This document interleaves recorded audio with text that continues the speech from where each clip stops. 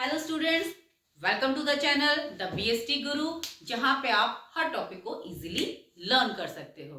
तो let's start. आज का टॉपिक हमारा क्या है? Importance of coordination. Means coordination एक ऑर्गेनाइजेशन में क्यों इंपॉर्टेंट है। 3 पॉइंट्स हैं जिनको हम स्टेप बाय स्टेप करेंगे।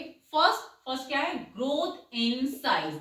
मींस ऑर्गेनाइजेशन का साइज जैसे जैसे इंक्रीज होता है वैसे वैसे हमारे नंबर ऑफ एम्प्लॉयज है वो भी इंक्रीज होते जाते हैं। तो नंबर ऑफ एम्प्लॉयज इंक्रीज होते हैं तो वेरियस एफर्ट्स हैं, तो एफर्ट्स को इंटीग्रेट करने की रिक्वायरमेंट उतनी ही अराइज होती है।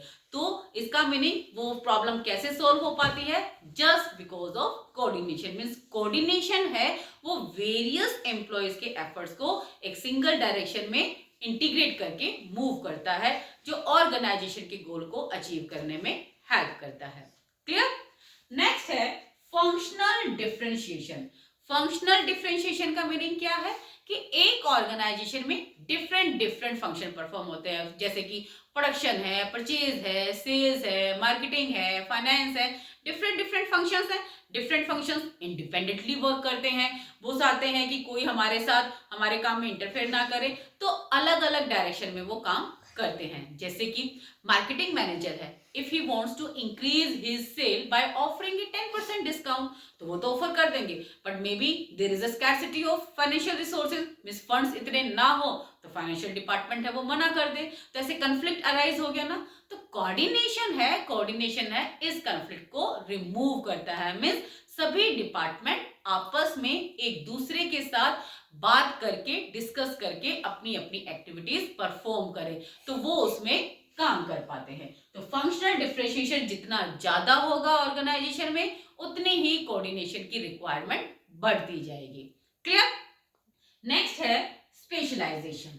अब स्पेशलाइजेशन का मीनिंग क्या है कि हम एक स्टेप में एक वर्क में एक्सपर्ट हैं। तो जैसे जैसे ऑर्गेनाइजेशन ग्रो करती है, हमारे कस्टमर्स इंक्रीज करते हैं, टेक्नोलॉजी एडवांसमेंट आती है, तो ऑर्गेनाइजेशन को रिक्वायरमेंट है कि वो स्पेशलिस्ट्स को अपॉइंट करें। अब स्पेशलिस्ट है तो वो क्या सोचते हैं कि वी आर द परफेक्ट, हमें हमारे काम में किसी का इंटरफेरेंस नहीं चाहिए। अगर सभी स्पेशलिस्ट ऐसा ही सोचेंगे तो फिर हमारी ऑर्गेनाइजेशन अपने टारगेट को अचीव नहीं कर पाएगी। इस कॉन्फ्लिक्ट को रिमूव करने के लिए वेरियस स्पेशलिस्ट को एक दूसरे के साथ कोऑर्डिनेट करना पड़ता है, तो हमें कोऑर्डिनेशन की रिक्वायरमेंट अराइज होती है। तो क्लियर है कि इंपॉर्टेंस ऑफ कोऑर्डिनेशन क्या क्या है कि जब ऑर्गेनाइजेशन का साइज इंक्रीज हो रहा है तो हमें कोऑर्डिनेट करना है।